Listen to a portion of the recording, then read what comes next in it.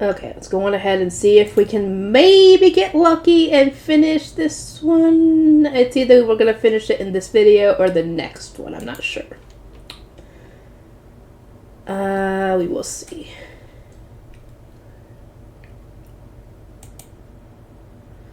Okay. Let's see. Hang on, let me just make sure. Alright. Sorry, I just had to make sure. I was like, I wouldn't want to think I started recording and then realize I hadn't recorded. Now then, it was time for dinner. I'd already decided on today's menu. I'm gonna make fried oysters. Fried oysters. Using the oysters that I'd bought from the morning market. I'm probably butchering that word. I apologize. With lots of tartar sauce on top. Yeah, it'll be great. Ugh, I almost drooled just thinking about it. Okay, let's get to it. First up is getting ingredients with my skill. The oysters come in their shell, so I'll need some gloves and a knife and a table to open them. Won't I? And I'll need some flour, eggs, and raw panko for the breading, as well as cabbage for garnish. I was planning on making my own tartar sauce this time, so I put in some extra eggs and also some mayonnaise. The pickles I used for my homemade tartar sauce came minced in a bottle. I started using it after seeing it on the site. It was really convenient since it also had minced onions and paprika in it. You can make homemade tartar sauce really quickly just by mixing in some mayonnaise. Huh. I had to look at that. But I also mixed in some hard-boiled eggs for flavor. Doing that makes it taste really good. Oh, right, I need this potato masher to mince the egg for mixing into the tartar sauce. It had holes in the head like a net. Using a knife to mince eggs always gets some eggs stuck on the knife, so it's kind of awful. But using this makes it quick, easy, and clean.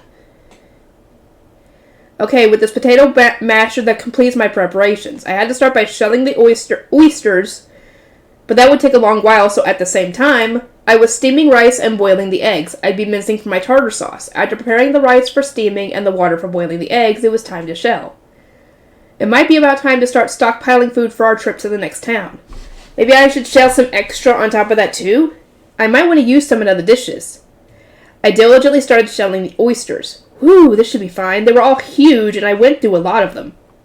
I hope it's enough for at least this meal. Next was washing off the slime and sand and stuff and then preparing for the actual cooking.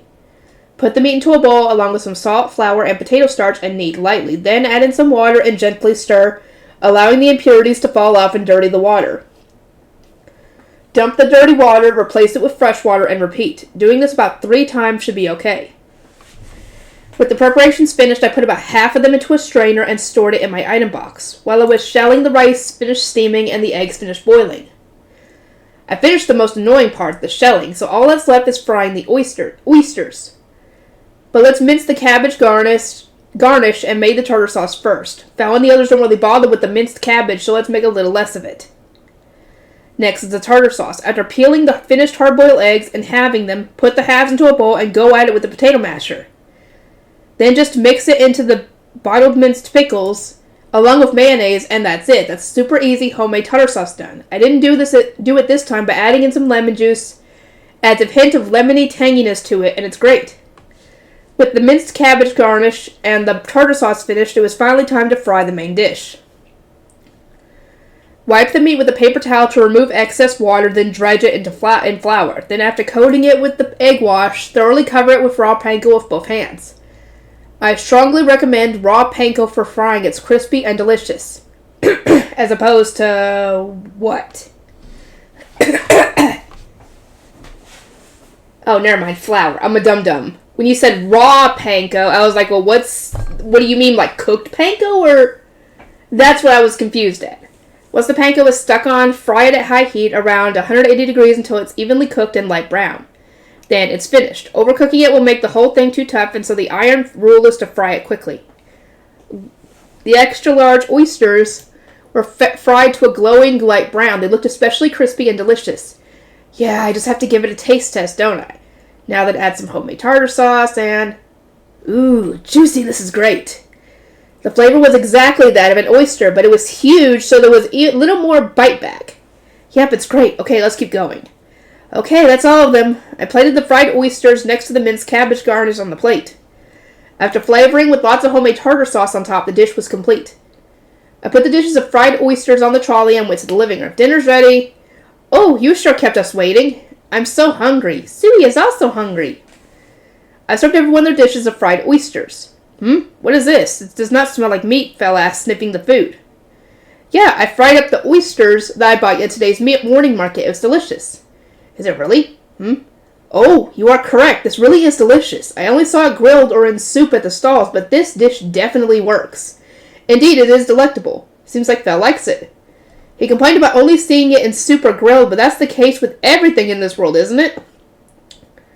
I'm just about the only person that will fry things. Yeah, because you're the only one in this world who would know how to fry things, because it's not a thing in this world. But if you're going to cook an oyster anyway, it's got to be fried, right? They're good sautéed or in a gratin, but frying really is the best. I have to agree, frying foods sometimes is a bit better in my opinion. Like with fish, for example. I will eat fried fish, especially on a sandwich. Oh, a nice fried fish sandwich with tartar sauce and cheese. Oh, it's good. But other than that, that's the only time I will ever eat fish if it's fried. Wow, this is crisp and delicious, and the juices just come bursting out from inside. That's right, Dora-chan. The best points of fried oyster is the combo of its crispiness and juiciness. Master, this white sauce is great with the food. It's so good. Yep, that's just like suey. It's just gotta be tartar sauce with fried oysters, right? Right, let's eat too. For my meal, I had white rice and miso soup to go with the fried oyster main dish, although it was an instant miso soup. It's kind of like some sort of fried oyster set meal, isn't it? Start off with the main dish, an extra large fried oyster with lots of tartar sauce on top. Crunch. I already knew because I had a taste test, but it really was delicious.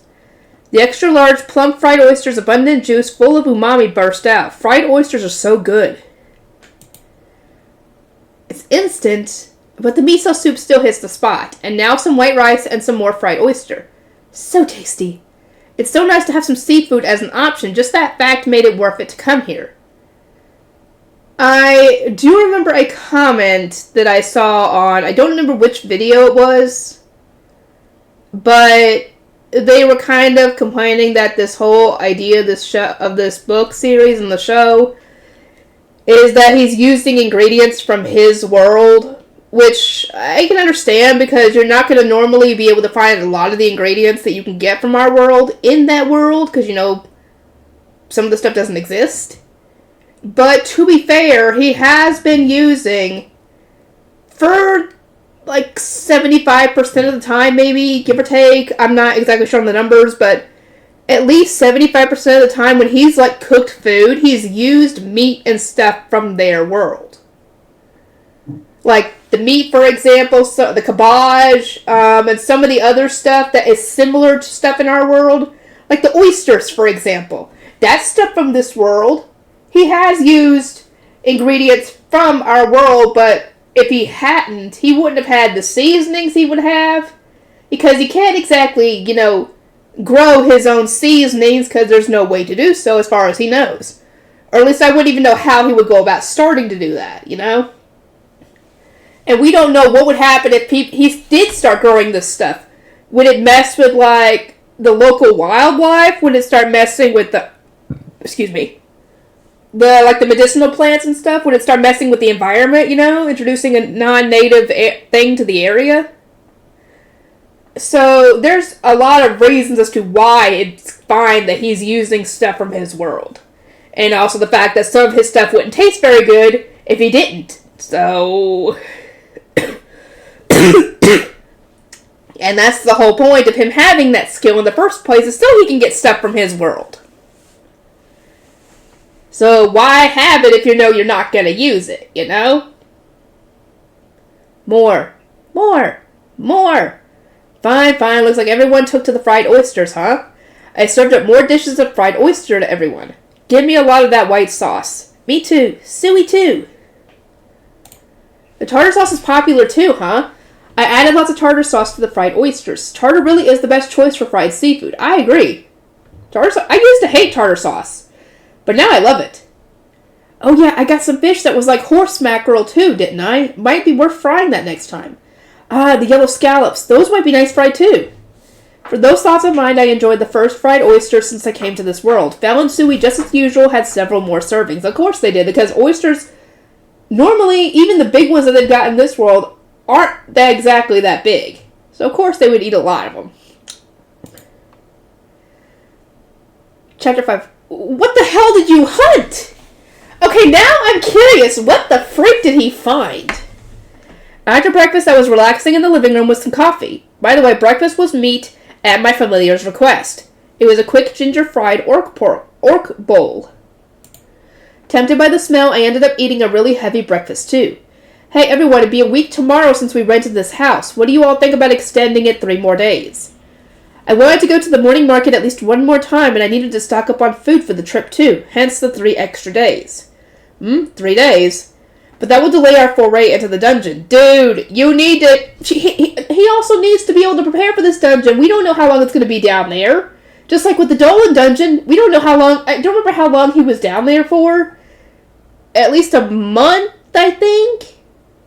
And you saw how much he had to prepare for that.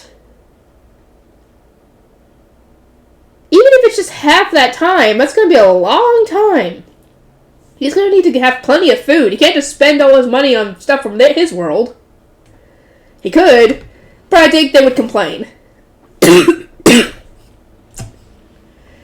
Val said with a stony face. What? 3 whole days? It's true that the fish here is delicious, but I want to hurry up and go to the dungeon.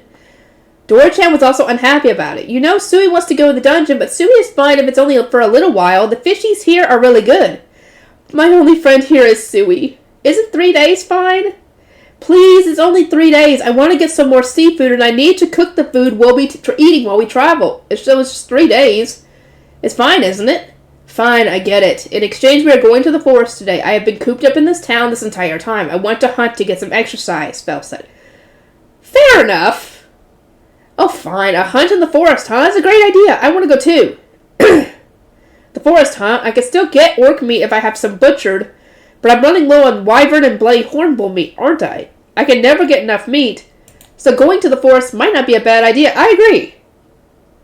Well, then let's go to the forest. Before that, I have to go to the Merchant's Guild to ask for the extension, and there's also some stuff I want to buy, so we'll be stopping by the general store, too. Also, I have some business to attend to, so we'll go to the Adventurers Guild as well. Since we're going to the forest anyway, we might as well get some requests on the way. Indeed, might as well if we're going to the forest anyway. With that settled, we headed off. For the business I had with the Adventurers Guild, well, given what happened yesterday, I wanted to pass something off to Marcus and Charlotte as thanks. After much consideration, I, of course, thought that it had to be sweets, so I baked some more pound cake last night. I'd already done it last night for Oogle, too, so I figured there'd be no way I'd botch it if it was pound cake. This time, in addition to the plain pound cakes, I also made some with Earl Grey tea leaves inside to make tea-flavored pound cake. Oh, Rosemine already did that in her world, so we know that's a possibility to do. When I opened up my online supermarket, there was a surprising amount of varieties of tea, so I splurged a little and got a slightly more expensive one in a can.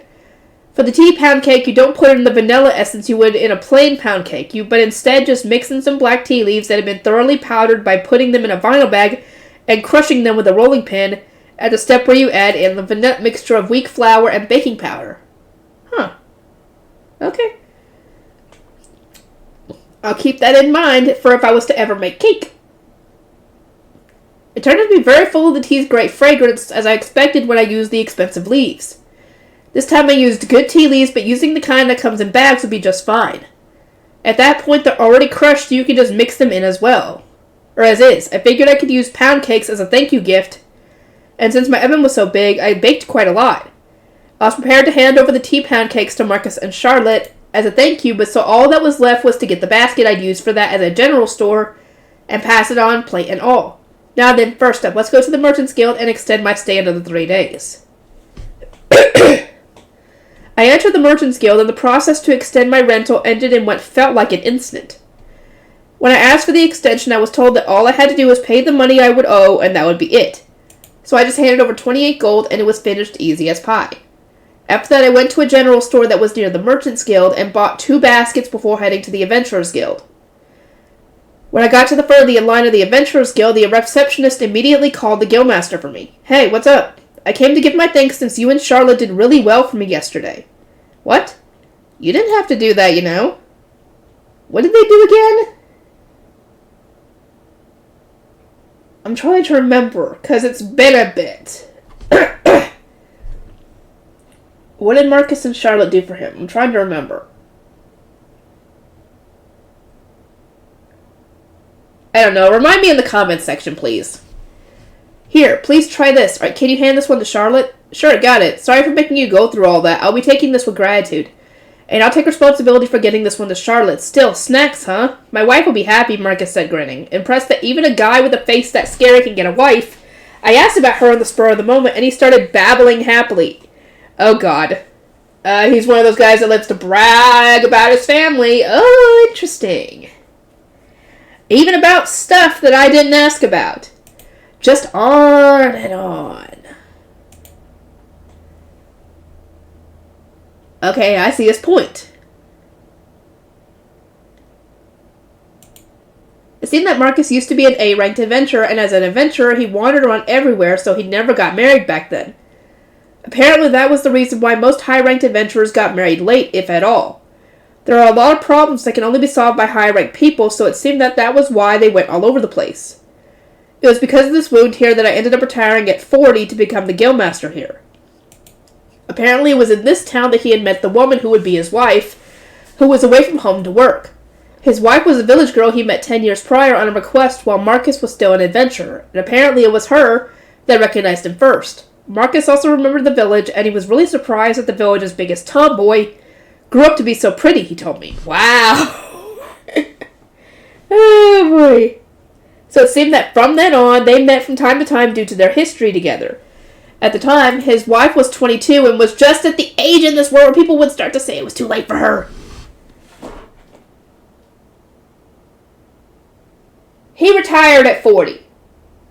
She was 22, apparently, give or take.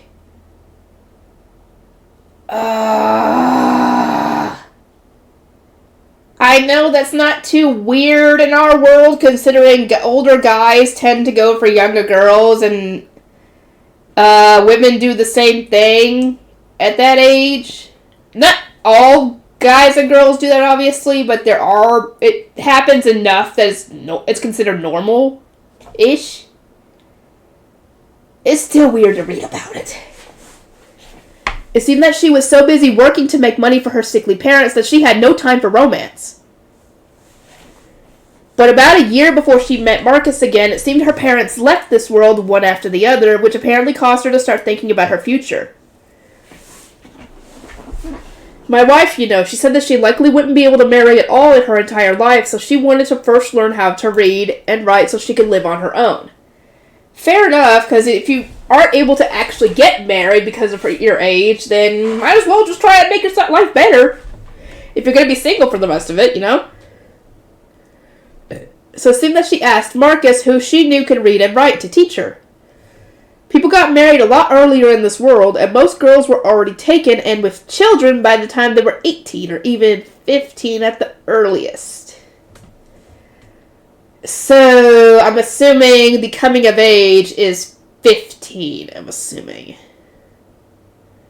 Let me know about that if you guys have right on ahead and it gives the answer, please. I know that's about the same as the sentence of a bookworm, but technically it's a little different because Makoto's already 27 at this point. And obviously I don't think he'll be going for anybody that young.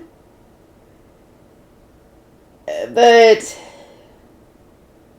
I think it just feels different from a sentence of a bookworm, I assume it's partially because mine's a girl, and she's technically older mentally than, technically older than that because you had to take into account her Arano days, adding that to, I think, her time as mine.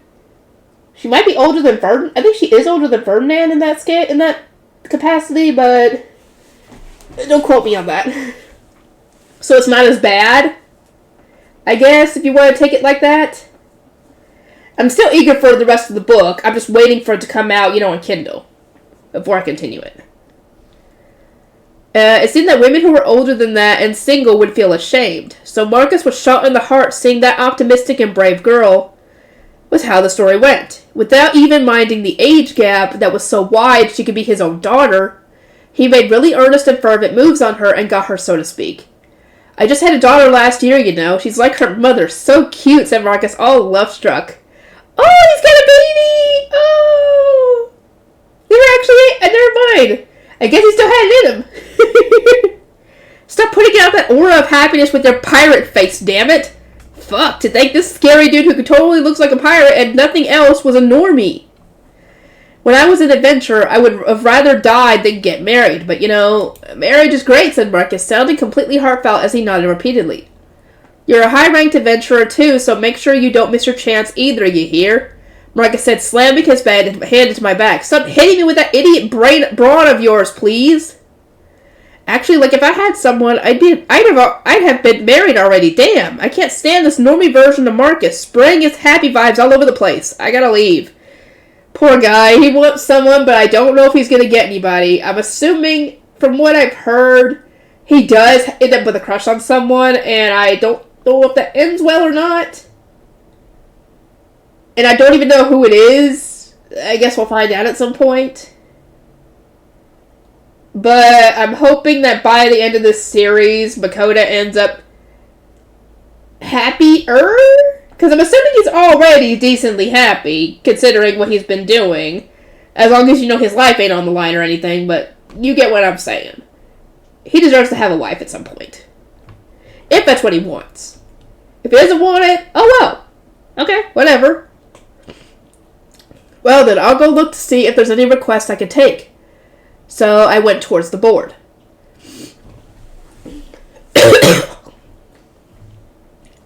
I looked at the board, but the outlook was grim. There's not much for the forest, is there?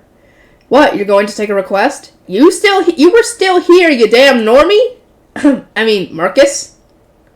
Yes, Belle and the others want to go hunting in the forest for exercise, so I figured I might as well try and take a request while we're there.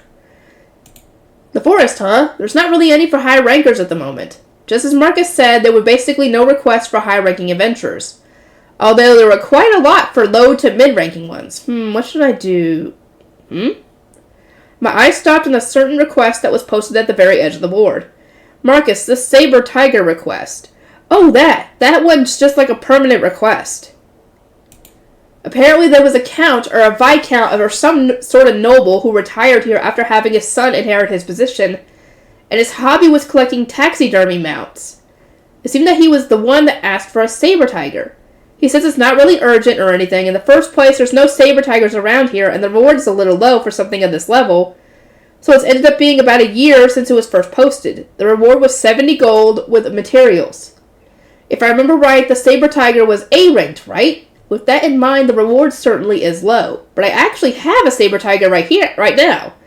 I think it was back when we were in Dolan. Dory-chan caught one when he and Fel went out to hunt.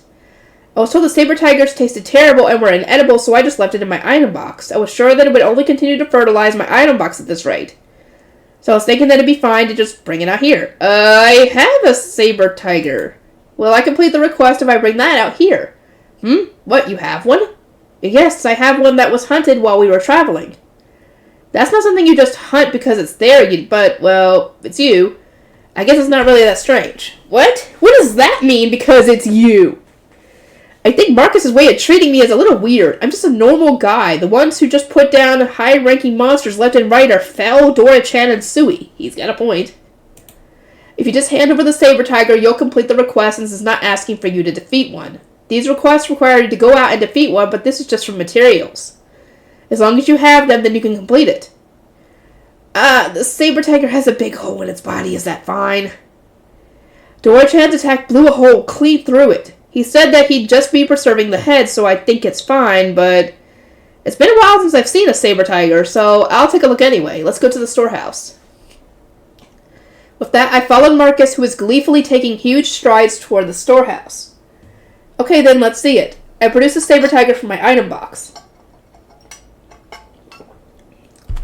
Oh, it really is a saber tiger. It's just as you said, there's a hole in it, but Yeah, it should be fine. Still, what kind of attack caused this hole? Well, It's me! I did it! Dora-chan said while flying circles around me.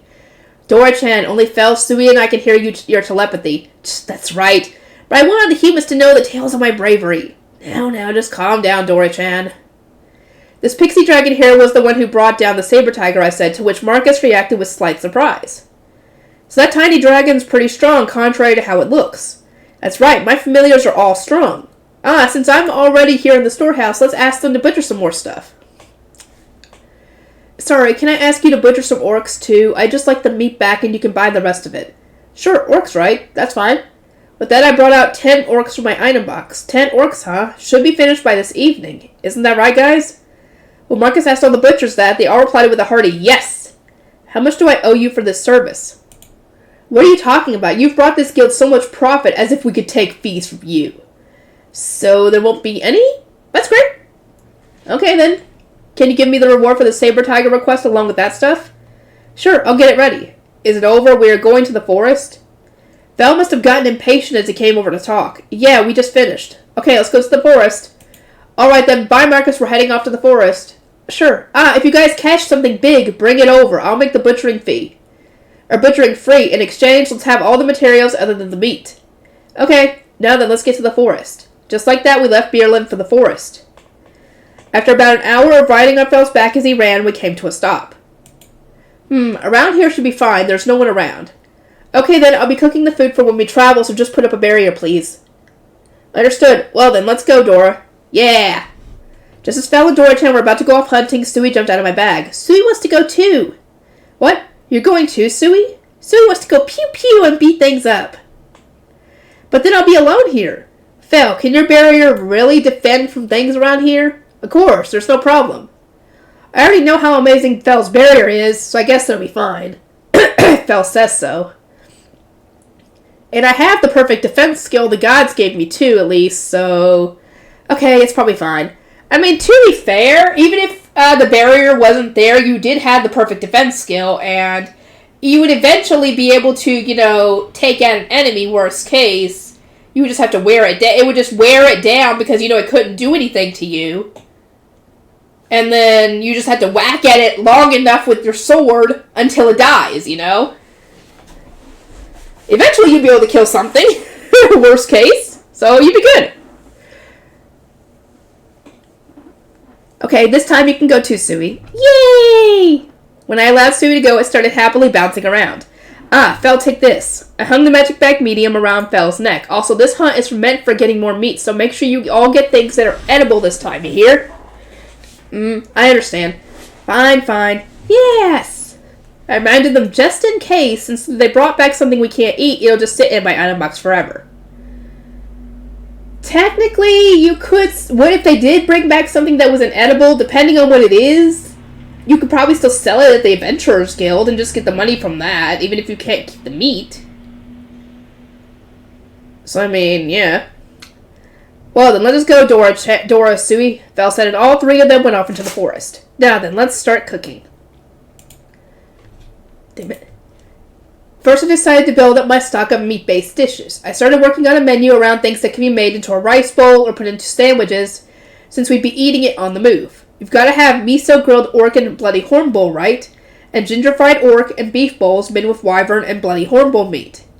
It felt a little like overspending what I had, but I also decided on 2 kinds of vegetable stir-fry using both wyvern and orc meat, so that they'd both work in a rice bowl. I flavored them with a garlic yakiniku sauce and a slightly spicy yakiniku sauce. Then I ground up some mixed orc and bloody hornbull meat for making hamburg steak, soy-marinated minced meat rice bowls, and bolognese sauce. And since it would work great with rice, I made some keema curry. Of course, I also cooked up the fried dishes all of them liked so much. I fried up pork cutlets, hamburg steak cutlets, and karage made from that sea serpent meat. It would have been great if I still had something that could pass for poultry left, but unfortunately I didn't, so I just fried up a huge amount of sea serpent meat. Of course, I flavored it with both soy-based and salt-based sauces. Meanwhile, I used the oven to make roasted wyvern. Of course, I steamed rice as well and minced a large amount of cabbage. Whew! This should be it for the meat. But Before I really noticed, I've already made a lot of varied meat dishes. As I thought, I'm able to cook this smoothly and quickly because my level's higher, isn't it? Of course, the fact that I'm used to cooking for Fel and the others every day is a part of it, but a lot of my movements are most definitely faster than before too. But I don't know how I feel about only noticing the effects of my leveling up during cooking. That is kind of odd. I mean, it's never been mentioned before until now. I was a little miffed that everything was happening just as the gods wanted, but maybe I'd try a little harder in the next dungeon, instead of just leaving everything up to Fel and the others. I'm not trying to unlock any new tenets, but I do feel like I want to see just how strong I can get. Simply put, I should get stronger from every level up, so even for swinging a sword, I should be able to do it much better and with more power than before. And I have more magic now too, so my earth and fire magic might have gotten stronger as well. Okay, so let's try some stuff out in the next dungeon. I've just been using a sword up until now, but it might be nice to have a spear. I don't have a swordsmanship skill or anything, so it's not like I have to stick to swords at all. What I use would be categorized as short swords, so it'd be nice to have a spear that I can maintain some range with. Okay, let's buy a spear when we get to the next dungeon, City of Aveling. Wait, more importantly, I need to keep cooking. It doesn't seem like Fel and the others will be coming back anytime soon, so next is seafood. Grilled squid using the Kraken was easy and delicious the last time I did it, so I decided to cook that.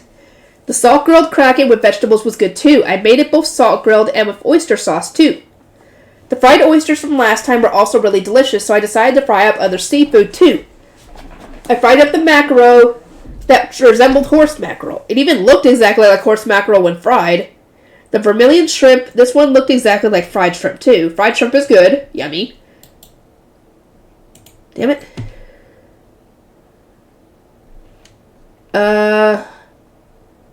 This one looked exactly like fried shrimp too. The Kraken, yellow scallop, and big hard clams too. The clams were really, truly huge, so I halved them before frying. White meat was great. White meat fish were great fried too, so I also fried up some Espedo shallon and tyrant fish. After a while of thinking this will be great fried, and then frying it, I ended up with a huge amount of fried seafood. Well, they all seemed delicious, and I could just leave them in my item box, so I decided not to mind too much. Since it was absolutely necessary for fried seafood, I made a matching amount of the homemade tartar sauce I'd made yesterday. Yummy!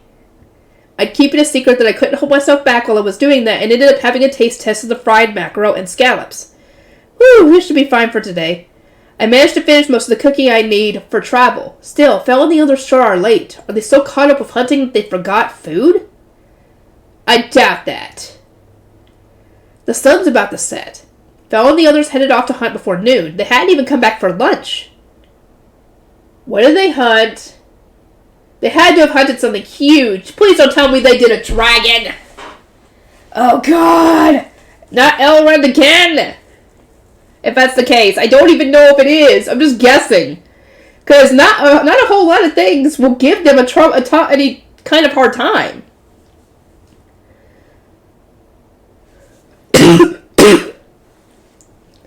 Even though they were all big eaters, I figured that missing just one meal wouldn't kill them, so they'd be back for dinner and I wasn't worried, but after that, almost another hour passed, the sun had already halfway set, when everyone finally returned. Sorry, we are late. Man, I got so caught up in the hunt. It was fun. Geez, so they really were just having too much fun, huh? But it looks like they got a lot. It must have been too much for the magic bag because the large Sui was carrying more bodies inside it. We have to get back before they close the gates, so you'll have to eat after we get back. Fine, but I'm hungry. Oh man, we have to wait till we get back.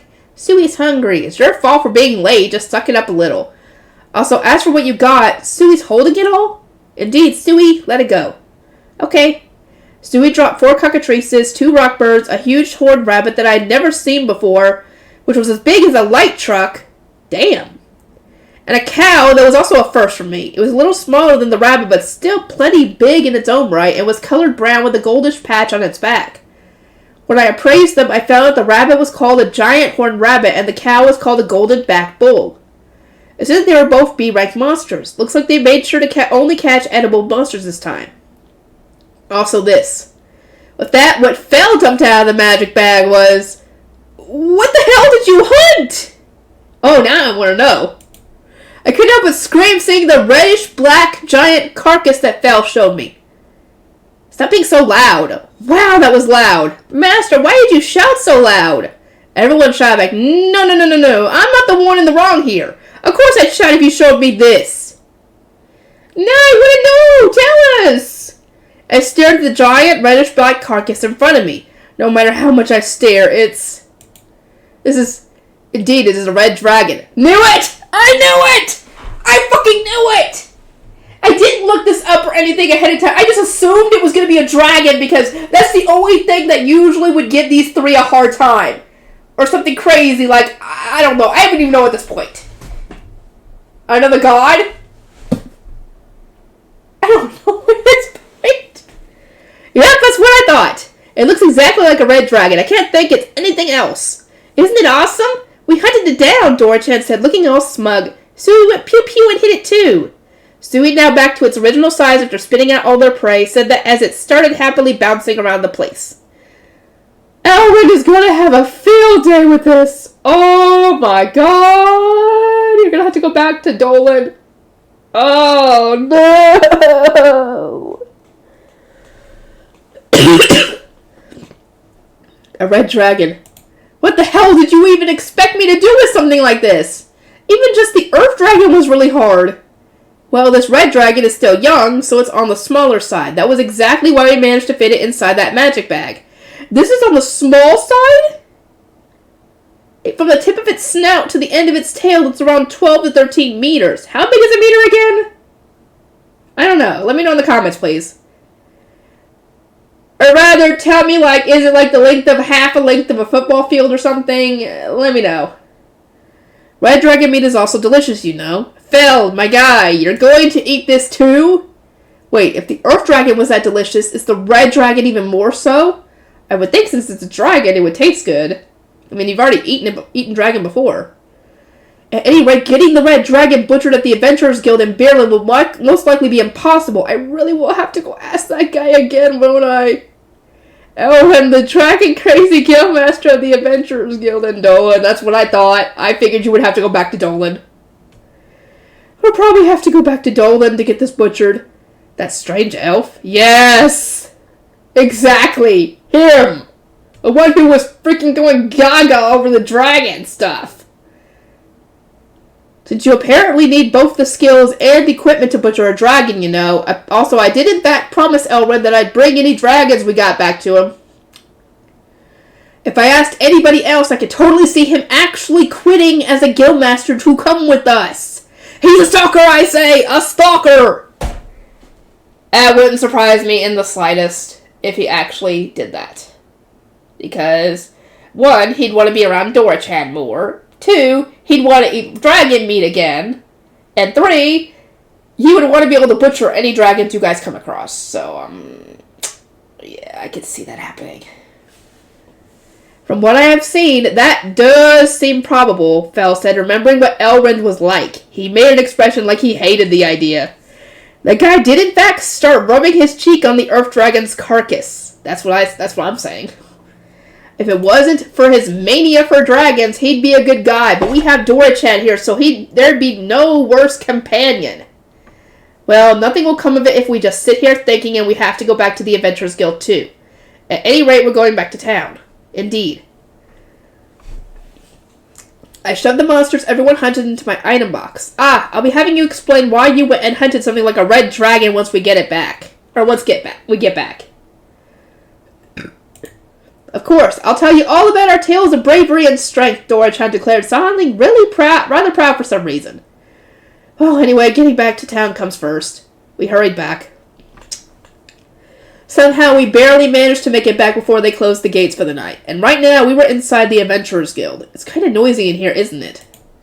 As soon as we got to the front of the line, the receptionist went and got Marcus. Did something happen, I asked? Well, to tell you the truth, he told me that there was a red dragon spotted near a mountain a little ways away from town. Oh, he might have gotten the dragon already. A little late on the uptake on that. Apparently, it was spotted in flight, so it most likely wasn't nested near here, but they still had to be on alert. A red dragon, huh? What timely news. Could it be that the red dragon they're talking about was the one that fell on the Utter's beat? I tried asking Fel about it. Hey, Fel, could the red dragon that Marcus is talking about... Indeed, from its presence, it most likely is the same red dragon, since there was no other presence as powerful as that anywhere nearby. I see, so there's no way I can just keep quiet about this, can I? While looking at Marcus, who was shouting orders all over the place, I started feeling like there was no way I could stay quiet about it. Marcus, could you come with me to the storehouse for a bit? Sorry, but I'm busy right now. It's related to what's happening right now, so please. I stayed persistent, and Marcus, who sensed that something was up, came with me in the end. So, what is it? Can you close the doors, please? I asked, and Marcus had a nearby butcher close the door. Around here looks fine. Please don't be surprised, everyone. I warned Marcus and the other butchers beforehand and took the red dragon out of my item box. This is the red dragon. Quiet. Marcus. Marcus and the other butchers were standing still and silent, staring at the red dragon. Yep, this would happen when a person sees a red dragon. I waited a while for them to calm down, but neither Marcus nor anyone else said a single word. Excuse me, is everyone alright? Marcus finally came to after I said that. Sorry, it was too much. I lost myself for a moment there. I understand. It wasn't a moment, but, well, whatever. So, this red dragon is... Yes, it seems like this is in fact the red dragon that was seen. I see, so the problem's already over. Still, wow for you to have defeated a red dragon. Well, it was kind of on the spur of the moment, I said, and turned my eyes over to Fel and the others. They said they wanted to go hunting, so I took them out, and this is what I get. You know, I never once said anything about going to go hunt a dragon. That's right, I forgot because they're always so quiet, but you've got a legendary Fenrir as a familiar, don't you? I guess a red dragon isn't much of an opponent for a Fenrir. You got that right, old dude. Indeed, it would be no problem for me to bring down a red dragon by myself, but today Dora and Sui were there too. It was an easy hunt. Easy, you say?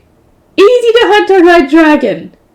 I know this is Fel, Dora, and Sui we're talking about, but the fact that they can say that so casually, like it's nothing, like they just hunted a bird? Oh my god. These guys are way too overpowered. Marcus froze for a moment when Fel spoke up, but he got over it himself, saying, Oh yeah, Fenrirs can speak human language. A red dragon is easy prey, huh? Marcus was a little exasperated at Fel's statement. That's only natural, though. To claim that dragons are easy, only someone like Fel could ever say that. Oh yeah, you're A-ranked, aren't you? Marcus said, suddenly turning the subject of the conversation to me. Huh? Yeah, you're correct. Wouldn't it be fine for you to be S-ranked already? I agree. Just let him be S-ranked. It ain't gonna do anything. What? No. That has nothing to do with me. It was Fel and the others that killed the red dragon. Being S-ranked would be no problem for you, since you have familiars that can easily bring down a red dragon, right? That's what I'm saying. He's got no problem. It's not like he's gonna have to join the military or something.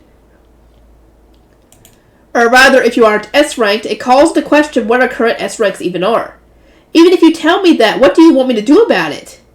Well, whatever, there's no way I can leave you at A-rank anymore anyway if you show me something like this. You're S-ranked now. You don't get to say no. Oh, so now he's S-ranked. Is there something above that? Oh, damn it. Sorry, I moved my chair and my finger was between that and the desk and it caught it and it hurt. What? But I only showed you this thing so I could prove to you that the incident is over. I actually wanted you to keep it a secret that I have this. You idiot. As if I could keep this fact that you killed a red dragon a secret. It's not like it's an earth dragon. To be fair, they already killed an earth dragon as well, so yeah. According to Marcus, something might have been done if it was an earth dragon whose movements are very limited, but for flight-capable dragons with wings, methods of defeating them are to be shared between guilds as a matter of course, since they could be considered a threat to an entire continent given their mobility. And the method was to sick Fel and the others at them. Yeah, sick them! Since they brought down a red dragon so easily, sharing info for emergencies is the most basic of basics, you know. Well, if you put it like that, I guess it's unavoidable then, but can you still make it so the other employees and adventurers don't find out? I'd rather they not make a huge fuss. If you really want it like that, I can make it so only sub-guild masters and above are privy to the info. I guess that'll be fine.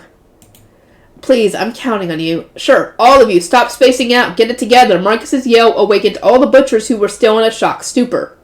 Damn. Or torpor, whatever. Alright, listen up, all of you. Don't tell anyone about what you saw here. Got it? Marcus said, and all the butchers silently started nodding fervently. So, what do you want to do with this? We can't butcher it for you, just so you know, Marcus said. Well, yeah, I thought so. But it's fine, because that guy will happily take it apart for me. It's fine, I'm going to ask Elren, Dolan's guildmaster, to do it. Ah, that guy. If it's him, he'll probably be able to take apart a dragon. Yes, to tell you the truth, he's also the one who butchered the Earth Dragon. He was really happy about it. He probably was, Marcus said, giving a strained laugh. Elren's love for dragons wasn't something to scoff at. I agree. So, are you going to Dolan after this? No, I think we'll stop by Dolan after we go to the dungeon city of Aveling. Gotta go dungeon diving? Yep, Fel and the others all said they want to go. So you're gonna go and conquer the dungeon in Aveling after Dolan, huh? I'm not sure myself, but Fel and the others seem totally intent on it. Well, I mean, if they're with you, of course you're gonna be conquering the fucking dungeon, dude. It's not really a question of if you will, but when you will. Well, I'll inform the Adventurers Guild in Aveling for now, so when are you leaving? I plan to leave in 3 days. Until then, I'll be stocking up on as much seafood as I can get. I get it. This place's fish is great. After that, I got the meat for the orcs I left with them that morning, as well as the money for the rest of the orcs and the saber tiger request from that morning. All in all, I got 74 gold. Since they had a lot of the superior dungeon spawn versions of orc testes this naturally spawned, or rather normal kind, were devalued. I didn't care as long as I got my meat, though. Then I asked them to also take apart the cockatrices, rockbirds, giant horned rabbit, and the golden-backed bull that Fel and the others caught today. When I showed them the giant horned rabbit and golden-backed bull, Marcus reacted with, "You brought something rare again." Really? They're rare? Well, then again, we hadn't seen it before, so of course.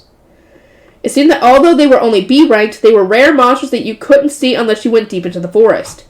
Their meat was also of the highest quality and sold for a lot since they were so rare. Since it turned into quite a sum if I sold the meat, Marcus asked me, "You sure you don't want to sell it?" But of course I refused. I wasn't in need of money, and I incurred the meat lover's wrath if I sold them now. Yep, you would. Come back tomorrow for it. Okay, I'm planning on heading to the morning market tomorrow, so I'll stop by after that. Leaving the Adventurers Guild, we were finally on our way home. Yeah, these guys are nuts. Okay, how long have I been... I know I've been recording a while, but how much more do I have left? Chapter 6, the trio is invincible.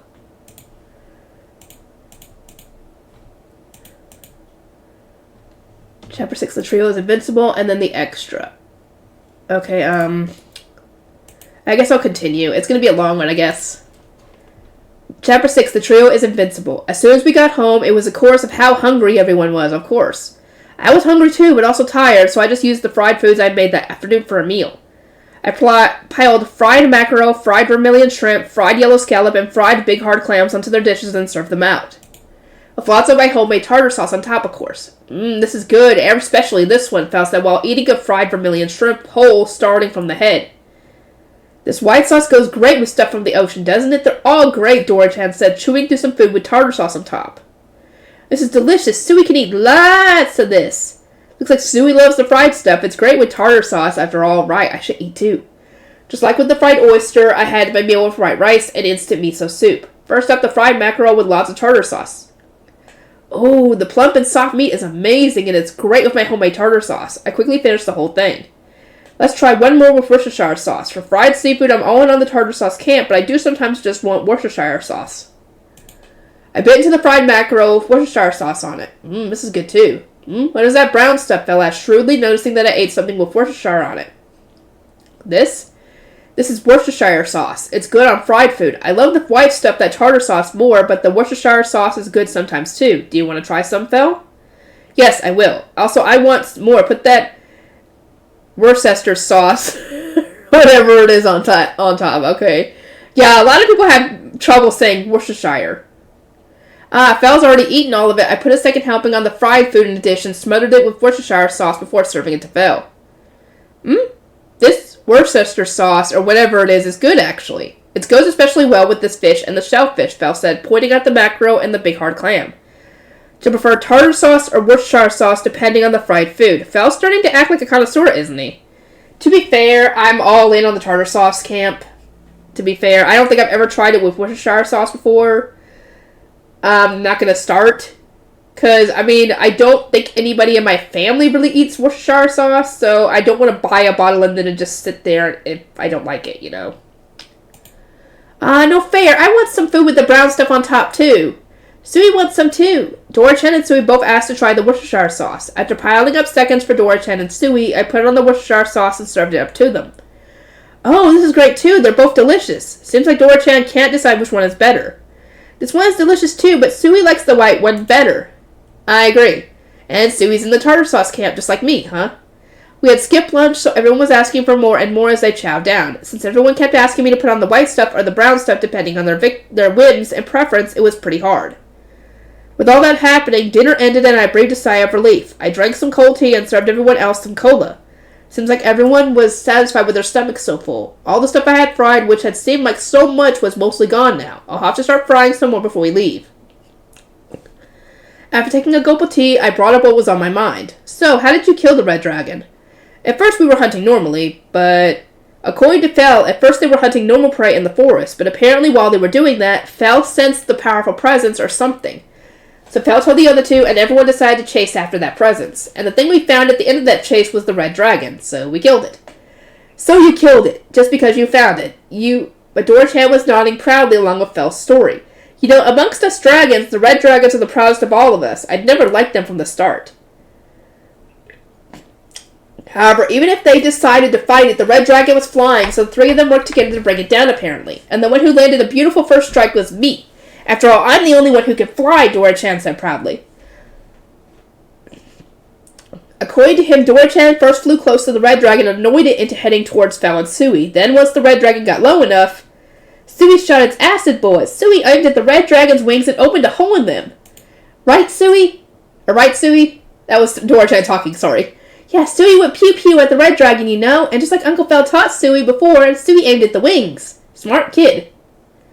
From what Dora-chan said, it seemed like red dragons didn't use their wings to fly like birds did, but rather they used magic. Of course, Dora-chan was the same way and used magic to fly, but apparently even though dragons used magic to fly, it wasn't like their wings did nothing.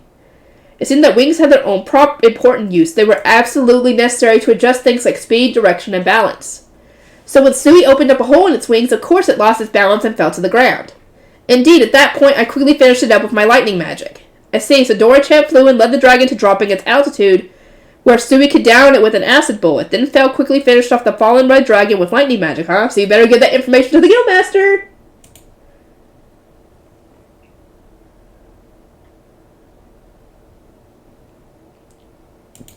This trio is just invincible, aren't they? Seeing them attack all at once together was already something, but if they work together like that, they can even bring down a red dragon with ease, huh?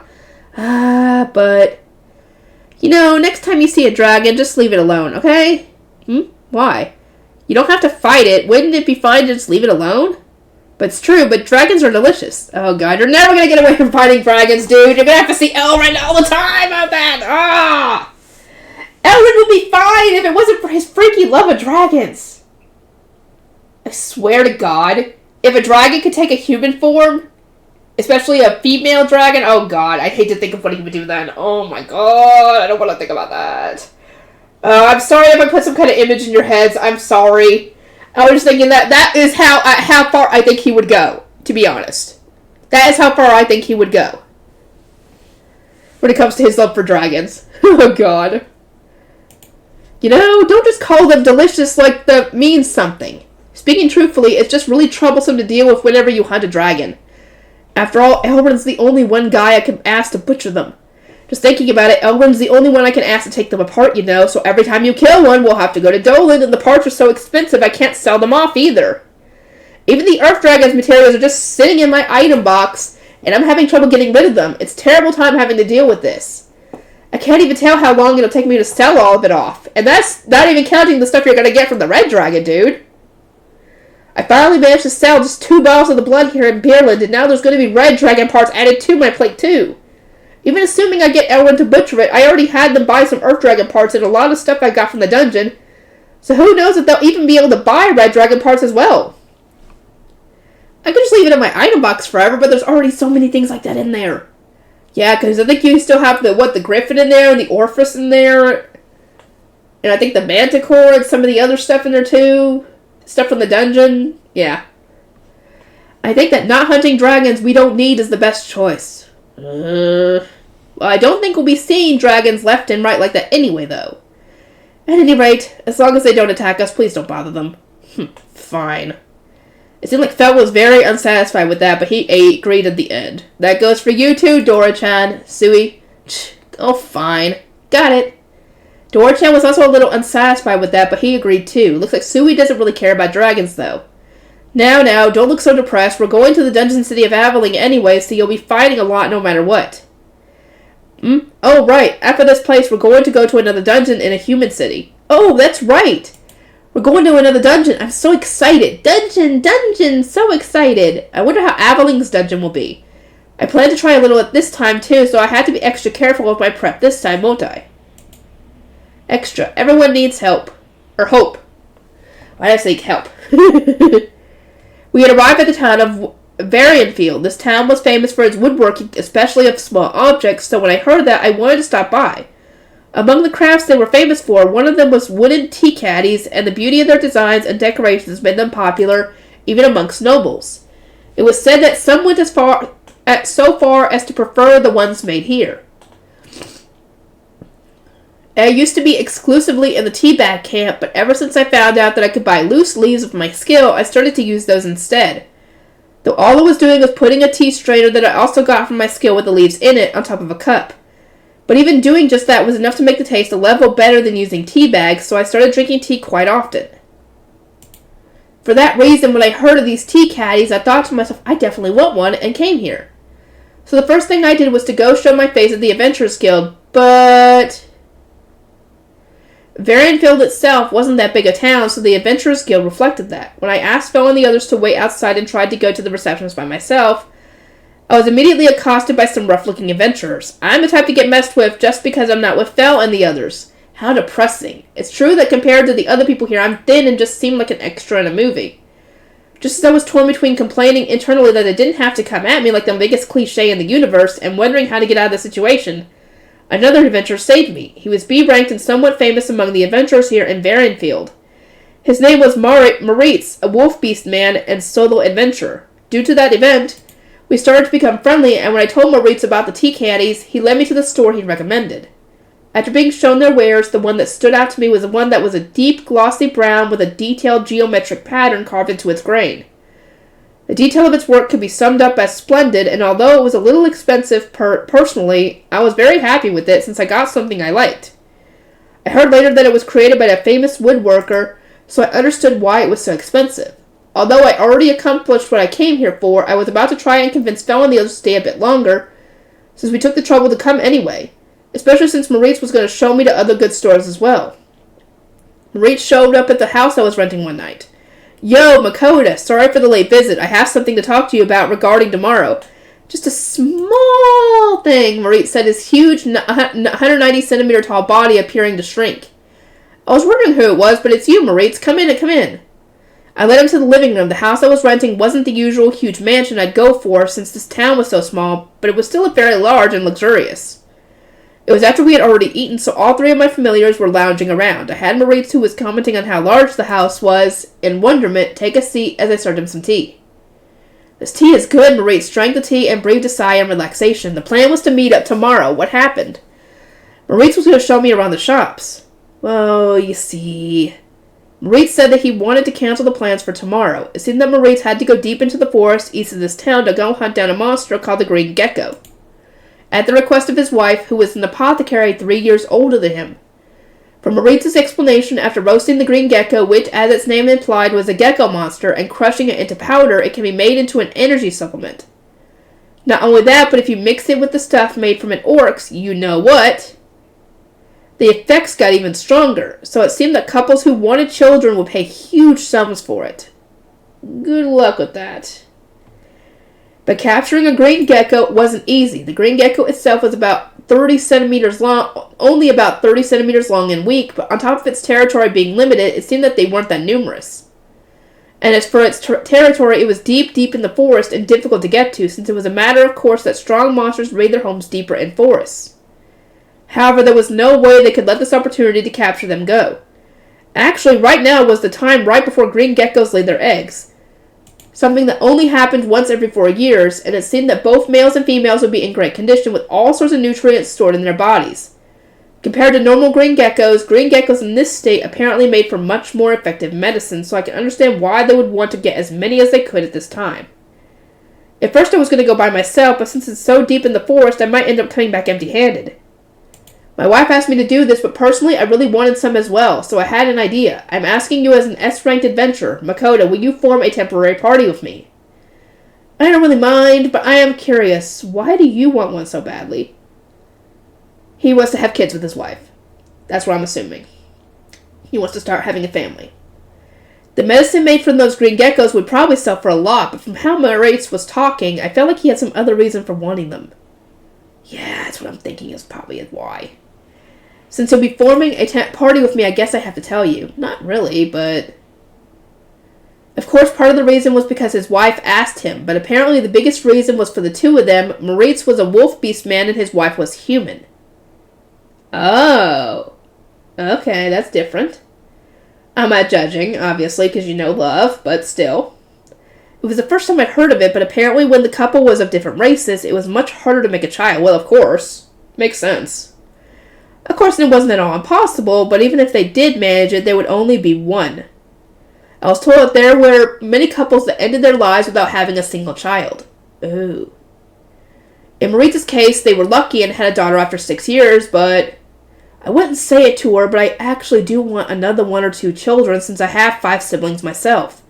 I can't help but think that way, so you see, I ended up saying that to my wife when I was drunk that I'd like another child. Apparently, all of Moritz and his wife's friends and acquaintances had 2 or 3 children. Moritz told me that he suspected that his wife was jealous seeing that. Although, for a couple like us, just having 1 daughter is lucky. Maybe you can... Dang it, what was that item that they had gotten from... No, it wasn't that they got it, that they sold an item from a monster that when they had it butchered, that apparently can be made into a potion that would guarantee a kid? But that's probably really expensive for him to even get. Wait, well, if he could find the monster, he could give them the item that they need for it. I can't remember which one it was. Damn it. If somebody's been keeping track, let me know in the comments. The worlds may be different, but a couple's worries are still the same, huh? Especially when it comes to infertility. I remember reading something like that in a special article about worries that couples have, and apparently it was a big one. So how about it? Will you temporarily party with me? As if I could say no after a story like that. Well, it's not like I mind, but I still have to ask Fel and the others. Wait a second, please. I hurried to talk to Fel and the others telepathically. Fel, Dora-chan, Sui, were you listening? How about it? I do not mind. In fact, it is a perfect opportunity to do some hunting. I don't mind either. I was just about itching to go hunting anyway. We can all go pew-pew and beat up lots, right? Then Sui's okay too. Everyone gave the okay, so there didn't seem to be a problem. I'll take you up on it, Moritz. I see, that's great. Thanks, man, really. Moritz took my hand in his giant paws and shook it up and down in big swings. You should thank me after we get some green geckos. You're right. We decided to set off for the eastern forest along with Moritz early the next day. Sorry for making you wait. Moritz was already waiting for us in front of the eastern gates. No, I just got here too. Then let's go. How long will it take to get to the eastern forest? It's not that far. If we start walking now, we'll get there by noon. So a little less than 4 hours on foot, huh? 4 hours on foot. That's no good, so it's time for Sui, isn't it? I tapped my bag and telepathically called out to Sui. Wake up, Sui. There's something I want you to do. Sui jumped out of the bag quickly. Master, what do you want Sui to do? We're going to the eastern forest. Can you let this guy ride? That's fine. After the telepathic exchange, Sui grew to be about 2 meters. Moritz, the guards at the gate, and the travelers and merchants that were waiting to get in were all surprised that Sui just grew suddenly. There were even those among the soldiers and adventurers that grabbed their weapons. The slime is my familiar, so... It's too late, but it might actually have been better to do this a ways out from the town instead of right at the gates.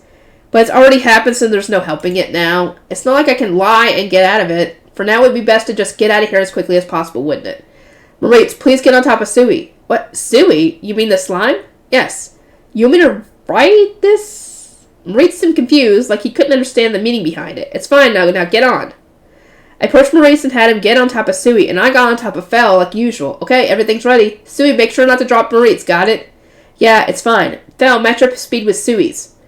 Understood. We will be a little slower, but there's no way around that, I suppose. Dora-chan, just follow us like usual. Sure, got it. Oh, that's right, Moritz. Can we just keep going along this road to get to the forest in the east? Yeah, just keep going straight this way, and the dense forest on the left will be it. Got it. Well, then, let's go. Everyone started moving as soon as I said go. Huh? What? Wait! Whoa! Moritz's throaty cry echoed in the wind. We are here. Thanks. Master, this mister here is kind of limp. Is he okay? Moritz was spaced out on top of Sui like he was an empty husk that his soul left behind. Oh no! He went catatonic. Moritz, are you okay? We're here. Moritz came to at the start in response to my voice and jumped off of Sui. I'm fine. I'm totally fine. You know, Moritz, your knees are shaking like a newborn deer. Seeing a huge guy like Moritz quivering like that made me want to laugh. But I managed to keep the impulse down. Whew, we'll be able to spend a longer time searching since we got here early, won't we? But I wish you would have told me how we were going to get here in the first place. Sorry, when I heard that it would take until noon to walk here, I figured that it'd be better to get here even a little faster. Yeah, you're right, but to think that your familiars can even do this, it's amazing to think about. S-rank tamers really are in another class, Moritz said. I only smiled vaguely. There's no way I can tell him that all three of them only became my familiars to get at my food, can I? I don't know if Sui did that, technically. I would assume maybe? Maybe? I don't know. Let me know. Okay, then let's go. Don't let your guard down. There's a lot of high-ranking monsters in this forest. Oh, I shouldn't have to tell you, huh? You're S-ranked, Makoto. No, I'm S-ranked, but I'm weak. So I asked Fel for a favor to telepathy. Fel, can you secretly put up a barrier around Moritz? Fine. Don't forget me too. I know. Thanks. There's no point in something happens to Moritz after all. Parting the dense, thick forest, we moved ever onwards. Once in a while, we heard the unsettling cry of a bird or something off in the distance. Of course, we never let our guards down. Fel and the others were with us too, but every now and again they'd leave for a while, so they were probably hunting. It was probably fine. Fel told me they might do that right after we went in, so I put that magic bag around his neck. After a while trudging through the forest, Moritz called out. High-ranking monsters start to appear from around here, and this is also where the green geckos live. Finally, huh? So what kind of place do these green geckos live? They're nocturnal, so during the day they hide in the hollows of trees or gaps in between rocks, basically anywhere that's tight and damp. I see, so it'd be best to concentrate on places like that, huh? Yeah, but from now on, it'll be even more dangerous, so keep your guard up. Roger. Moritz and I started looking at every nook and cranny that green geckos might be in. How about there? I was looking at the roots of a large tree. Some of the roots were bulging out from the ground, forming a little shadowed space. I tried peeking inside, but nothing looked like a green gecko. I'm not really finding anything. Apparently there's not many of them in the first place, so I guess there's no way I just find one right away, huh? I looked over at Moritz, and it seemed like he wasn't having any luck either, so he shook his head. They're not easy to find, are they? There aren't a lot of them to find, but it's still too early to give up, so let's keep looking. You're right, let's go. We started our search for green geckos once again. After a while, Moritz, who was peeking into the shadow of a fallen rotten tree, stopped moving. I see one. Without speaking a word, Moritz mimed that with his fingers, and when he brought out the knife that was in the holster of his hip, there stuck on the end of his knife was a green-colored gecko that was stabbed through the head a green gecko. We did it! We got one! That's great, Moritz! Finally, a smile appeared on Moritz's face. Even I breathed a sigh of relief that we got what we came for. This makes one, but this might be getting greedy, but I'd like one or two more. I have no idea how much just one would make, but it's true. It doesn't look like it would amount to much. It's not that big in the first place, after all. I feel like it's about a size smaller than what I heard from Moritz.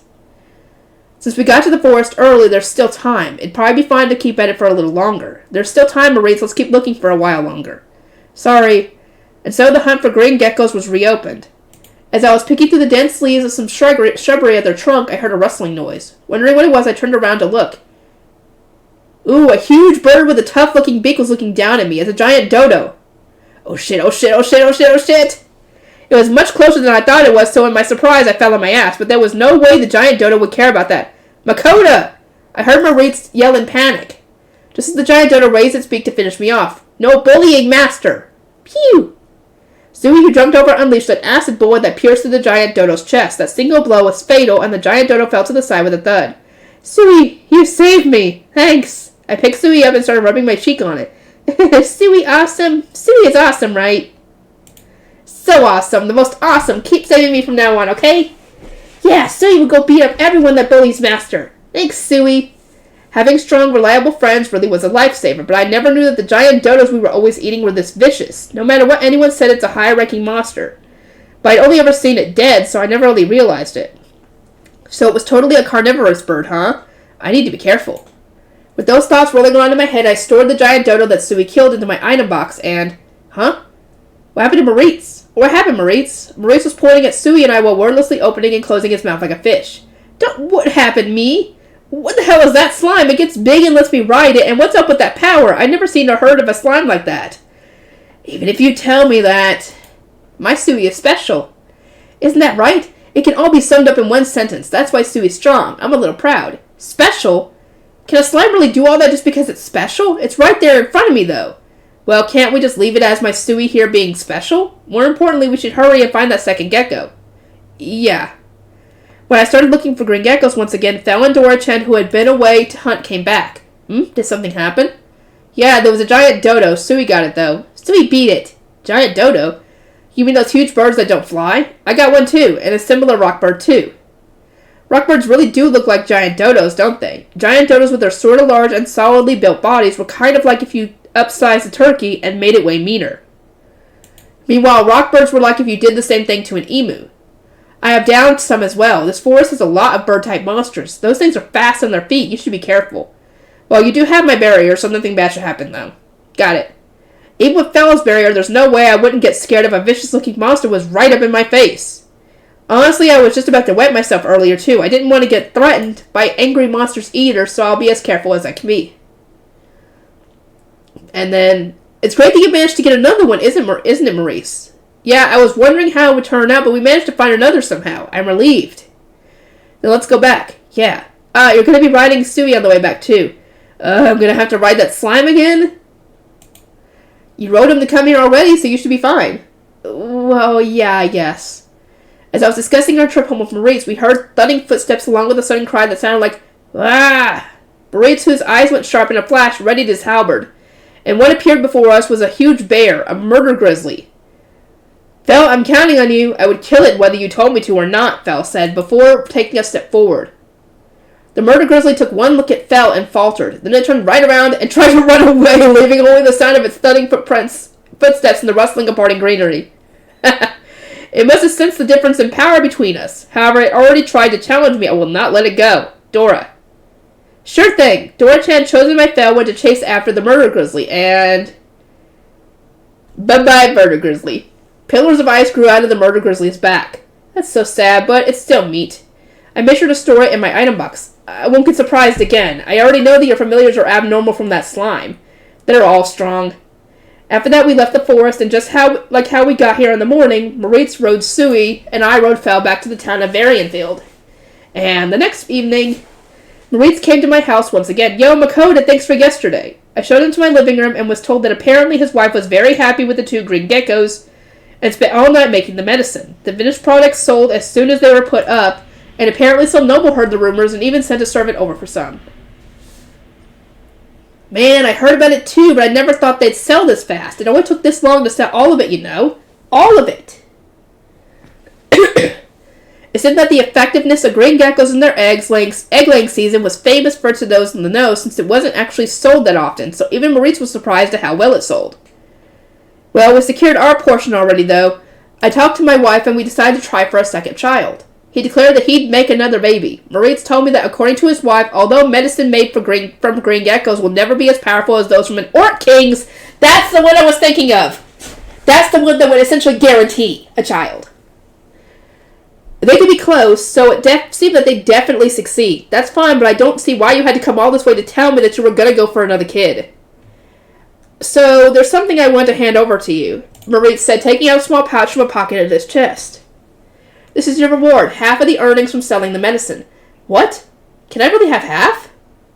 Yeah, we already made plenty of profit, you see. Also, it's thanks to you that not only did we manage to catch so many green geckos in such a short time, but I didn't get hurt either. If we're going to put it like that, I'll take it, but... Oh, and I can't forget this. What Maurice took out next was a small wooden case that fit into the palm of his hand. Inside were 3 black pills.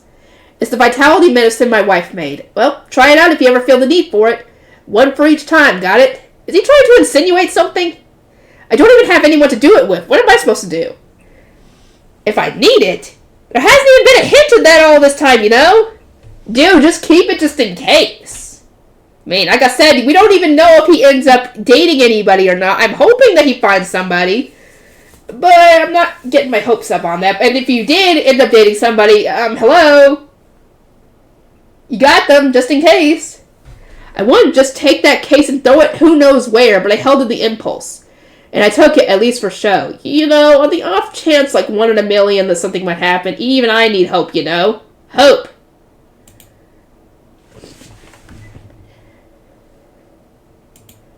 And the afterword. Anyway, I will see everybody in the next video.